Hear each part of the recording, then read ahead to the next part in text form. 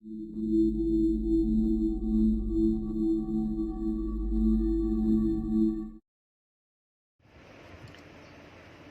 students, a very good morning to everyone. How are you all?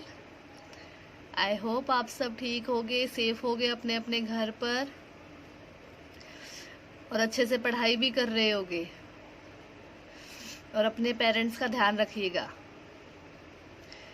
तो हमने last video में जो discuss किए थे एक्सरसाइज 2.1 के मैंने कुछ क्वेश्चंस और जो हमारा बचा हुआ पार्ट था कंसेप्चुअल पार्ट में जो ग्राफ थे वो डिस्कस किए थे। अगर आपने अभी तक पिछली वीडियोस नहीं देखी हैं तो पहले पिछली वीडियोस को ध्यान से देखिएगा, उसके बाद इस वीडियो को देखिएगा।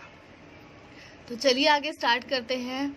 आज हम डिस्कस करते हैं एक्सरसाइज 2.1 के कुछ क्वेश्चंस की वो कैसे सोल्व करते हैं। सबसे पहले एक्सरसाइज 2.1 का क्वेश्चन नंबर हम 9 स्टार्ट करते हैं।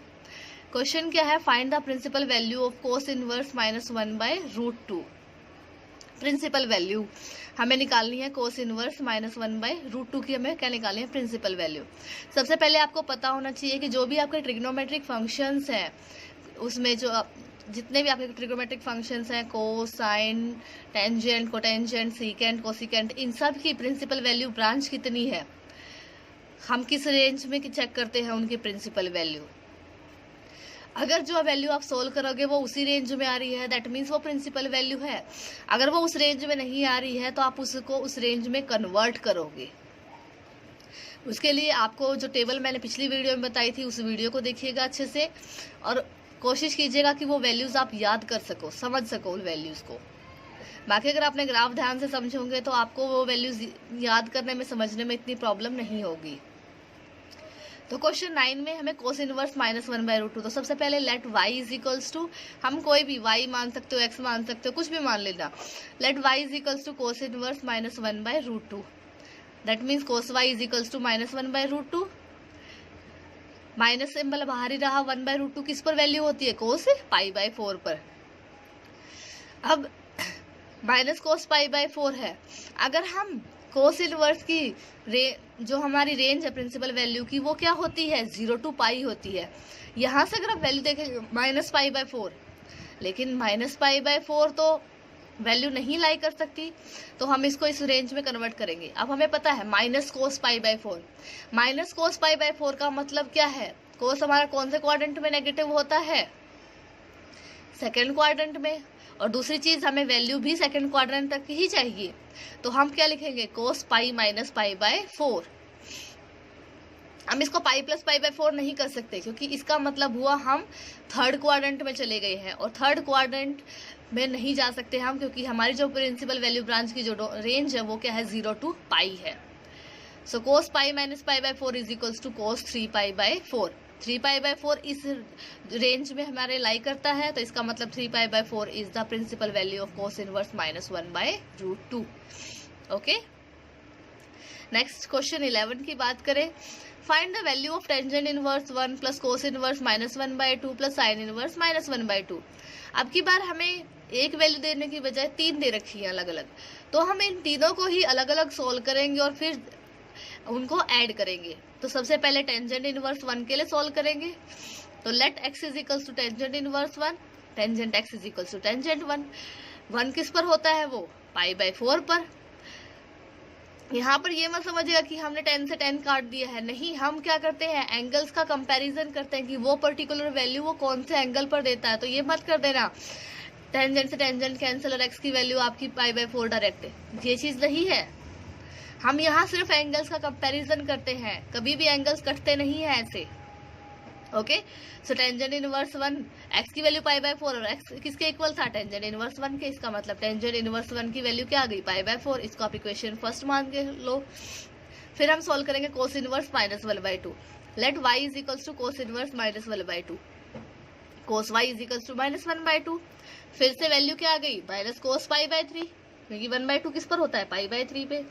फिर से नेगेटिव है। और दूसरी चीज मैंने पिछले ही क्वेश्चन में बताई कि कोस किस में लाई करता है, 0 to π की रेंज होती है उसकी प्रिंसिपल वैल्यू की। तो इसको फिर से सेकंड क्वाड्रेंट के अकॉर्डिंग क्या करेंगे, चेंज करेंगे और क्या लिखेंगे इसको, कोस पाई माइनस π/3। सॉल्व किया, क्या वैल्यू आ गई, 2π/3। y की वैल्यू 2π/3 और y किसके इक्वल है, कोस इनवर्स -1/2 के इक्वल, तो इसकी वैल्यू आ गई 2π/3, तो इसकी वैल्यू 2π/3 आ गई। इसको हमने मान ली इक्वेशन नंबर सेकेंड। अब सोल्व करते हैं साइन इनवर्स -1/2 के लिए। हमने इसको इक्वल मान लिया z के, let z is equals to sine inverse -1/2, फिर से वही काम, sine z is equals to -1/2 equals to minus sine π/6। अब साइन z की बात करें तो minus sine theta is equals to sine of minus theta, sine of minus theta के इक्वल हमने ले लिया। और हमें पता है कि साइन के लिए जो प्रिंसिपल वैल्यू ब्रांच की रेंज होती है वो क्या होती है, -π/2 टू π/2, और -π/6 उसके अंदर लाई करता ही है। तो हमें इसको चेंज करने की, कन्वर्ट करने की कोई ज़रूरत नहीं है। मैंने पहले भी बताया था, अगर हमारी जो रेंज है वो उसमें लाई कर रहा है तो हमें चेंज करने की कोई भी ज़रूरत नहीं है। अगर वो नहीं लाई करता तो हमें चेंज करना पड़ेगा उसको। ओके, तो ये आ गई आपकी वैल्यू -π/6। अब ये सारी की सारी वैल्यूज हम पुट करेंगे और इनको हम ऐड कर देंगे। जैसे ही हमने ऐड किया, वैल्यू सोल्व की, आंसर विल बी 3π/4। ओके, चलिए अब डिस्कस करते हैं। यहाँ पे आप 12th क्वेश्चन भी इसी तरीके से है। 13th क्वेश्चन में आपको सिंपली जो डायरेक्ट आपकी डेफिनेशन है फंक्शन, आपके इनवर्स ट्रिग्नोमेट्रिक फंक्शंस की डायरेक्ट आपकी प्रिंसिपल वैल्यू पूछी गई है, वो आप डायरेक्टली सोल्व कर सकते हो, उसमें कोई प्रॉब्लम नहीं है। डिस्कस करते हैं इसके क्वेश्चन नंबर 14। क्वेश्चन नंबर 14 क्या है, find the value of tangent inverse √3 minus secant inverse -2 is equal to. ये चार ऑप्शन आपको गिवन है, N, first option N, second option -π/3, third option π/3, fourth option is 2π/3। तो सबसे पहले काम वही, फिर से दो का कॉम्बिनेशन है तो दोनों के लिए अलग अलग सोल्व करेंगे और फिर उनको उनकी वैल्यूज पुट करके आगे फर्दर सोल्व करेंगे। तो let tangent inverse √3 is equals to x, tangent x is equals to √3 किस पर होता है, π/3 पर। हमने एंगल का कंपैरिजन किया, x की वैल्यू क्या आ गई, π/3 जो इसकी प्रिंसिपल वैल्यू ब्रांच की जो रेंज है उसके अंदर लाई करता है, तो हमें इसको कन्वर्ट करने की जरूरत ही नहीं है। दूसरा है let y is equals to secant inverse -2, इसको secant y is equals to -2, ये वैल्यू किस पर होती है, π/3 पर। फिर से हमें पता है कि -π/3 की जो हमारी सीकेंट की जो प्रिंसिपल वैल्यू ब्रांच की जो रेंज होती है वो होती है 0 to π -π/2। तो इसका मतलब फिर से सीकेंट भी हमारा किसके अंदर नेगेटिव होता है, सेकेंड क्वाड्रेंट के अंदर नेगेटिव होता है, तो हम इसको क्या लेंगे, π - π/3, ना कि π + π/3, क्योंकि हमें 0 to π के बीच में ही वैल्यू चाहिए। तो सो सीकेंट π - π/3। सॉल्व करने के बाद वैल्यू आई 2π/3, तो आपकी वैल्यूज निकल गई। और ये जो 2π/3 है इस पर्टिकुलर रेंज के अंदर तो लाई करता ही है, इसका मतलब ये प्रिंसिपल वैल्यू हो गई इसकी। अब हम दोनों वैल्यूज जो हमारा क्वेश्चन था, tangent inverse √3 minus secant inverse -2, इसमें पुट करेंगे π/3 - 2π/3, सॉल्व किया -π/3। ओके, तो इसी के साथ आपकी एक्सरसाइज 2.1 खत्म होती है। अगर स्टिल आपको किसी क्वेश्चन में प्रॉब्लम आती है तो उसको कमेंट में बताइएगा, मैं उस क्वेश्चन पर भी वीडियो अपलोड करूँगी। और यहाँ तक अच्छे से पढ़िएगा। अगर पिछली वीडियोस नहीं देखी है तो पहले पिछली वीडियो को ध्यान से देखिएगा, तभी आगे पढ़ने का फ़ायदा है। क्योंकि जब तक आपका बेस स्ट्रॉन्ग नहीं होगा, सिर्फ मैथमेटिकल क्वेश्चन करने से कोई फ़ायदा नहीं है। क्वेश्चन आप कहीं से भी कर सकते हो, डायरेक्ट क्वेश्चन के सोल्यूशन मिल जाएंगे आपको, करवाने की भी ज़रूरत नहीं है। लेकिन द मेन थिंग इज़ आपके कंसेप्ट क्लियर होने चाहिए, आपका बेस स्ट्रॉन्ग होना चाहिए। आपकी कंसेप्चुअल नॉलेज की बहुत वैल्यू है। तो पहले पिछली वीडियोस को अच्छे से देखिएगा, कोई प्रॉब्लम आए तो कमेंट में पूछिएगा और अच्छे से पढ़ाई करते रहिएगा, मेहनत करते रहिएगा और अपना और अपनी फैमिली का ध्यान रखिएगा। Stay home, stay safe, keep learning, take care everyone.